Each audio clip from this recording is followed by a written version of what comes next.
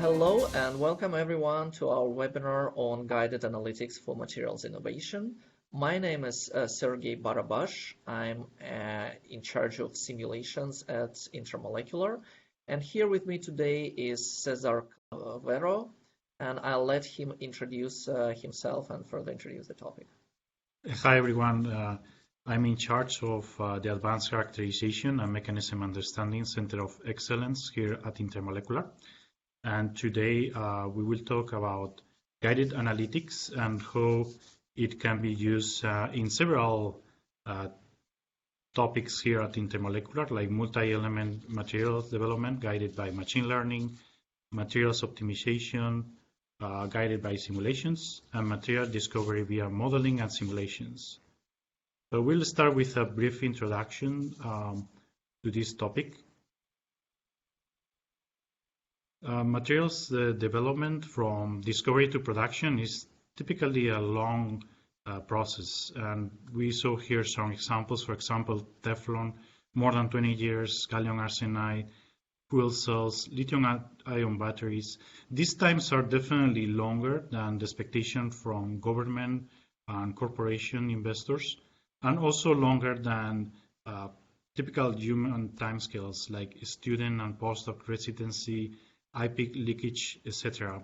So definitely in this context, it's important to accelerate this material discovery and from discovery to production. Here at Intermolecular, we work with various customers that need better performance in their devices after deposition and processing. And this can be by identifying basic materials in their stack or including additional layers and dopants in their materials, or even using other precursors and process conditions. So they definitely can benefit from this acceleration. This is a complex problem, right? The material development is a very complex problem. It's a very huge phase space. So there are lots of experimental knobs like composition and dopants, thickness, substrate, other neighboring layers, deposition method, precursors, anneal, etc. And each of these knobs causes changes in the materials. So you can have changes in phase, texture, crystal size, defect density, thermodynamic stability, electrical and structural properties, degradation, etc. So experimentally, to cover this huge space, you would need to run a lot of experiments. Right, a lot of experiments. And also, on the other hand, it's important to do this development quick and in a cost-efficient way. So it's important to minimize the number of experiments. And here's where analytics and simulations can help us generating meaningful data sets. They can guide efficiently our experimentation. As we saw, we have a high throughput processing approach combined with an advanced characterization, very strong advanced characterization capabilities that help us narrow down this huge compositional space, this huge phase space, and give us higher possibilities at obtaining our goal. And here's in more detail what's Intermolecular's approach to material innovation. As I mentioned, we have a very extensive high throughput processing capability, including PVD, ALD, lithography, etch, clean, etc., combined with very extensive advanced characterization capabilities, both on the physical and electrical test fields. This generates a huge amount of data, and here's where guided analytics can help us making sense of this data, either with machine learning, materials and device simulations, as we will show in this presentation. And this helps us figuring out what's the next cycle of learning. This definitely leads to faster and better results for our customers, which get better performance in their devices after deposition and processing, and also help us in our internal R&D effort. We do pre-screening for selected technologies of interest, and also we can do mechanism understanding, figuring out what are the mechanisms in those technologies. So in a bit more detail, this is our workflow. This is the workflow we use to accelerate materials development. As I mentioned, we have extensive process, physical characterization, and electrical test capabilities that generate an immense amount of data. And we need our informatics platform to help us import all that data, standardize it, and put it in an homogeneous way. Also, informatics help us managing our workflows and does some analysis. Then all this data is unified in a database, our data repository that help us interconnect process, physical characterization, and electrical test. This is a huge advantage. And also we can enrich this unified database with simulations like ab initio, DFT, molecular dynamics, etc. So with this combination of database and simulations, we can now tackle our mechanism understanding effort by either model fitting, machine learning, several strategies that help us understand the data and figure out what's the next DOE that we need to do. And as we go through this loop, using this approach, we need less number of iterations. And DOE, for those who don't know, is the design of experiment. Correct. Mm-hmm. So the first example I will show today is about multi-element material development using guided by machine learning. And in this particular case, going back to this workflow that I just showed, machine learning, in the case of machine learning, we heavily dependent on simulations like ab initio, DFT, to be enriching our unified database and help us making sense of that data. Machine learning definitely benefits from simulations to connect compositions to physical properties. So I will show in more detail. Just to say a few words, this was on chalcogenide materials development. And chalcogenide materials have excited a lot of interest in the scientific community in the last years. Technically, they are materials that include one or more elements in the group 6 of the periodic table. They are hard to handle because of the toxicity, so they need a lot of precautions, and we are very well equipped in intermolecular to do this. Just to show how much interest they are exciting in the community, we saw in the following figure diagram from the Web of Science that shows what fields are showing up when you type chalcogenide. They have been heavily used in semiconductors, photovoltaics, quantum dots, optical fibers. They are also important because of the electronic and optical properties.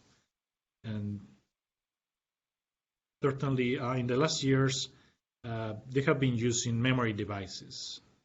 So for the benefit of the readers, this figure consists of small circles, and I understand that each circle corresponds to one particular term, one buzzword related to chalcogenides. Is that correct? That's right, and the size of the circles, it's proportional to the number of times that particular keyword shows up, right? So as where research is being focused. And as I said, in the last years, these materials have been used in memory devices, and this is due to the very interesting property they have, some compositions have, of changing very drastically their resistivity when they go from amorphous phase to crystal phase. So definitely this is ideal for non-volatile memory applications. And we saw here a cell, right? Each of these blue and green color are one of the cells. So there is a memory element, which is, as I saw, a phase change element.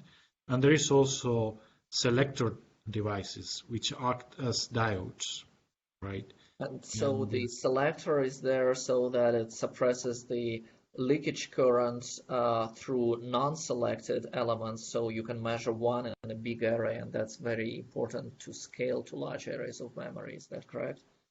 That's right. And so we need both elements in each cell. And the example I will be talking about in particular was the selector part, also known as OTS. So when we try to explore one of these material systems, there are multi-component material systems with 3, 4, 5 or more elements. So it's a very highly multidimensional space. And for example, we see data like this. This is representing the kind of data we get. There are two particular properties that we want to minimize at the same time. And we want to be in this green box. The data is really very hard to understand. Different dopants move us in this space in different ways. So really hard to understand. Here's where calculating material descriptors like bond energy, ionicity, covalency can help us connect these particular compositions with physical properties. So when we apply this to machine learning with these stoichiometries and material descriptors, we come up with a model that explains compositional trends, right? We can see here how increasing element E versus C move us in this space in different directions. And the lines are so complex because the dependence of properties on composition is very non-monotonic, right? Right, very non-monotonic and even non-linear, right? Very complicated trends. So machine learning helps us disentangle these, and I think more importantly, create a predictive model that let us know what's the best trade-off line, and then we can focus our research on that particular line and try to figure out if the model was correct. So definitely machine learning here helps understand complicated trends and you know, make this this process easier. And also I need to mention that calculating this descriptor magnitudes help us a lot in this process. Right, particularly to separate from the noise, right? Correct, that's right. Okay, let me maybe take over from here and talk about how materials optimization can be guided by simulations, like DFT simulations. And in this case, the workflow within our setup is such that we use the existing experimental data to set up our simulations, and we also base simulations on the learning that we already achieved from mechanism understanding and feedback the new learning, thereby planning the next experiment. And the specific example I will be describing today is the case of DRAM capacitors. So that's memory in your computer, which essentially works by storing charge in a capacitor. And to do that efficiently, you need to high capacitance so that you can store this charge, and low leakage so the charge stays there. And if you look at the formula for capacitance, you see that you want large area, thin dimension, thin capacitor. Both are geometrical constraints, so they're not related to materials. And what it does relate to material properties is the electric constant. So you want to have high dielectric constant. On the other hand, if you look at the ways the material can lose charge, here I'm showing schematically the band gap of a charged capacitor, a dielectric and a charged capacitor between two electrodes, and electrons from the left electrode can escape either by tunneling directly or tunneling through the defect states, or by getting thermally excited, and you have thermionic leakage. So to suppress those leakage paths, you want to have a large band gap that will suppress both tunneling and thermionic leakage. You want to have fewer defects through which electrons can hop, and you want to have high barrier, a larger barrier for thermionic excitation. So that's what we want to achieve, and unfortunately, it's not easy to optimize all these properties at the same time, because if you look, for example, at the relationship between the electric constant and band gap, turns out the anti-correlated materials with large band gap tend to have small dielectric constant and vice versa. Now, there are Right. some materials that have different phases and they may have a few points here, so you can try to select which phase to have, for example. So typically it's easier to optimize the electric constant at band gap, is that right?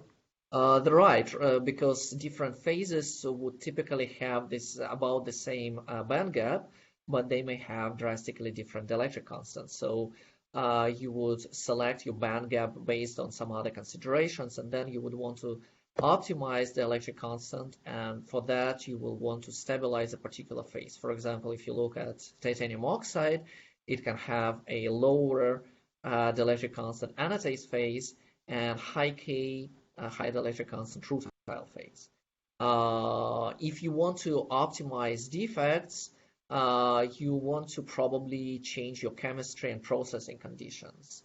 And finally, you may want to play with effective work function of your electrode to increase the barrier. And I will talk briefly about each of these examples. And we'll start with optimizing the phase of the material. So again, I'll just give example of titanium oxide, and to theoretically guide the experimentation, we can simply take the supercell of titanium oxide, calculate the two phases. We'll see that anatase has slightly lower phase than lower energy, than rutile. But if you put some dopants, you can see that sometimes the supercell with doped oxide has much lower energy than that of anatase. And so we can screen through several dopants, and in this case we find 3 dopants that all 3 stabilize rutile phase as we want. Particularly dopant C is most efficient for stabilization viewpoint. But then if you look also at the density of states, you would see that dopants B and C would actually introduce defect states inside your band gap. And as you remember, those are the states through which the leakage can occur. And if you look at dopant A, it actually leaves the band gap pristine, so it would not increase the leakage. And in those cases when we checked, we always saw that experimentally, yes, we confirm all those predictions. So clearly we can use simulations to successfully predict the best dopant and thereby improve our experimentation, decrease the number of experiments needed. Going to the design of barrier and finer control of defects, let me describe how you can introduce capping layers to the capacitors. So here we use both data mining and simulations, trying to find a layer that you can essentially put between your dielectric and the electrode and the interface that would serve several purposes. First of all, of course, we want a layer that is chemically compatible. And when we do the theoretical analysis, we simply do data mining, go to a database, and analyze the thermodynamics, making sure that the new layer is compatible both with the stack materials and with the precursors used to deposit the materials on top of this new layer. And that way you can pre-select certain candidates at which you will look in further detail. And from those candidates, we now want to increase the barrier for thermionic excitation. And that depends on work function. So instead of true effective work function, we can calculate just vacuum work function as a proxy. It's complex calculation that depends on the number of orientations. You get a range of values for each material, but you can see that there are some materials where the entire range is very low, and some other materials where both the expected range, and the most likely value correspond to very high work function, so they will be good materials. Then we may want also a layer that would be actually protecting the dielectric from the harsh environments during deposition. So we want the chemistries used to deposit top electrode not to create defects. And defects may appear, for example, by having too low oxygen chemical potential. So we want a material that doesn't allow the chemical potential for oxygen vacancies to go to too low values. And again, looking at thermodynamic data from simulations, we can see that some materials do not allow the chemical potential to go beyond certain value, thereby protecting the dielectric. And finally, we want also the material to be able to deposit the material itself without creating harsh ambience. Usually, by this time, we have only few candidates, so in principle, we can just do literature search for each. But we could also do the theoretical search and design the chemistries if we don't really have a good chemistry for a given material. So in this way, we can actually successfully find the best candidates that would both improve the quality of the dielectric and decrease leakage by increasing the barrier. So this is how we could optimize the material using simulations as guidance. And now let me also talk about materials discovery from modeling and simulations. And in this case, we actually drive the experimentation entirely by simulations. So simulations supply new information to our database that allows us to drive better experiments and to guide the experimentation. And the example I will be talking about today is the case of predicting new ferroelectric materials. So thin film ferroelectrics could enable new types of both memory and logic devices. Remember, I was talking about capacitors storing charge for memory. Well, with ferroelectric, even if there is no actual stored charge, the polarization in the ferroelectric material would make it behave as if the capacitor is charged. So you can have a transistor with the gate separated by ferroelectric oxide. And depending on the polarization of this ferroelectric oxide, the transistor can be either open or closed. So you will be able to read the state of that you recorded by polarizing your ferroelectric. In particular, it was discovered relatively recently, less than 10 years ago, that hafnium oxide, zirconium oxide blends can be ferroelectric. But that happens only if you have the correct arrangement of atoms, correct phase of the material. So usual phases of hafnia and zirconia have polarization that just linearly, uniquely depends on the applied voltage. But if you stabilize a different phase, you see hysteretic behavior, ferroelectric behavior. And these ferroelectric phases are metastable. They are not observed experimentally in undoped bulk. And a key aspect to developing ferroelectric materials, obviously, is to know which are the possible ferroelectric phases so that you can look for them. Also, turns out it's important to know what are other competing possible phases. And the reason is the problems with experimental phase identification. So when you deposit something, you want to know what actually came out of your deposition, right? And usually people would use X-ray diffraction, XRD, but in thin films, and particularly thin hafnia films, hafnium oxide films, this method struggles.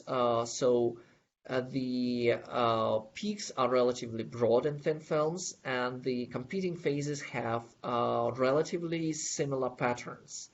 And if you compare the patterns with the actual observed, with the actual measurements, you see that the measurement doesn't correspond uniquely to any one of the expected materials. So likely you have a mixture of several phases, but you could also speculate maybe there is one more phase that you are not fitting to. So it is very important to do DFT screening to identify potential phases. And you using the database that you collect in this fashion, you can also predict what should be the expected XRD spectra and what other methods other than XRD you could use, for example, infrared and Raman spectroscopy or EXAFS analysis. And for EXAFS analysis, it may be very important to boost EXAFS accuracy by accounting by shell-dependent thermal broadening of the peaks. So DFT simulations help us to fill in this database and provide all this reference data. And let me describe a specific case of looking for possible Hafnia phases. So theoretically, you can do structural predictions, and people actually tried that several times before we did this at Intermolecular. So here I'm showing the predicted energies, the energies of the experimentally known phases by the time, and the predicted energies of few other phases. And you see that there were some low energy phases predicted, and in the other study, some of the predicted phases had so high energies that they wouldn't be within the experimentally accessible range. More importantly, none of these predictions suggested any phases other than any ferroelectric phases other than the one that by then was already speculated. So we actually tried to do study that would be systematic rather than rely on chance. The earlier studies were all random search in some way. So instead, we enumerated possible displacements of oxygens and then used some reasoning, some initial preliminary calculations to screen out, to pre-filter those configurations that would be very high in energy. And thereby we could go from this astronomical 10 to the 11 number of configurations to a more reasonable number that we could actually calculate the energy using the Coulombic model. And we could, by separating out the structures that actually are related by symmetry, we came down to a smaller number of candidates that we could use full DFT simulations to relax. And we went first to 22 structures, then eventually to 13 relaxed structures, out of which there were 4 totally new phases that we predicted that were not previously known. So to reiterate, out of the 13 predicted structures, 6 were those that were previously known or predicted. There were 3 that we predicted were new but not dynamically stable at low temperatures, and 4 structures that are not previously suspected, and one of them was actually ferroelectric. So this is a new ferroelectric phase in addition to the one that by that time was widely discussed. And as it turns out, next year, this structure was actually confirmed experimentally. So in this talk today, I hope we gave you a few examples of how the guided analytics, machine learning combined with simulations can accelerate all aspects of materials development. So first, we showed how machine learning based largely on experimental data, but also using simulations to extract meaningful trends can guide development of multi-element materials such as chalcogenides.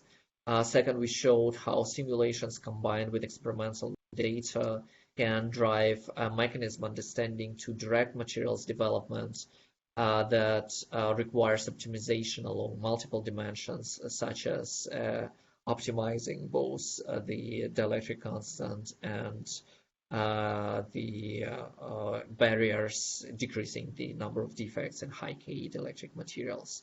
And finally, we showed how simulations can identify new yet unknown potential material structures, thereby expanding our materials database and guiding the development of materials. That leads us to the discovery of new phases, such as a new ferroelectric phase in Hafnia. And overall, these three examples show how we can use guided analytics to accelerate materials development. Yeah, thank you, Sergey, and thank you everyone for joining us. If there are any questions, we will be happy to get back to you. Goodbye. Goodbye.